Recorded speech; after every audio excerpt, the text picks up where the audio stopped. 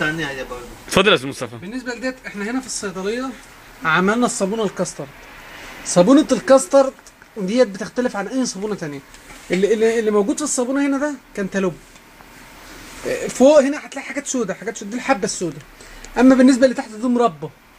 واحد هيسالني وهيتفلسف ويقول لي ليه مربى وليه كاسترد وليه شمام؟ طبعا يا دكتور حضرتك عارف ليه طبعا الحاجات ديت؟ تشوف الزبون، تشوف الزبون. طبعا الشمام عشان بيبقى فيه ميه كتير.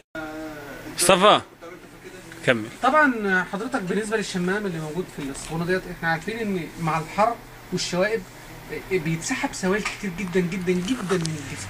فالصابونه ديت بتعوض لنا السوائل دي. شيء كمان مع الشمام هتلاقي نسبه تبييض عاليه جدا جدا جدا. الحبه السوداء بقى، الحبه السوداء ديت تنفع في اليوم الابيض.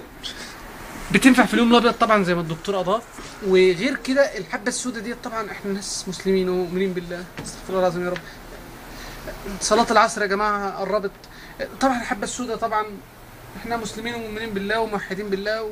الحبه السوداء، الحبه السوداء اسال الشيخ خالد عبد الله، هو اكيد عنده خلفيه خلفيته كبيره يعني. خلفيته كبيره، واد مؤمن يعني. بالنسبه في ايه تاني بقى في الصابونه؟ المربى. المربى واحد هيسالني يقول لي دي مربى ايه؟ دي مربى حبهان وبمستكه. مربى الحبهان بالمستكه بتتميز بان هي بتخلي خلايا الوادي تتماسك، واخد بالك؟ ومع ضوء الشمس بتبدا تسيح وبتصغر المسام، واخد بالك؟ لما تبدا تسيح يبقى الست وشها مربى. مربى يا معلم، مربى. فاي واحد يشوفها في الشارع يبص. وتبقى جاهزه. والسلام عليكم ورحمه الله وبركاته. سلام على دكتور سيد، سلام على دكتور سيد، سلام على دكتور سيد وبوسه، سلام على دكتور سيد وبوسه. حياة سعيدة مع صابونة المربى والشمام.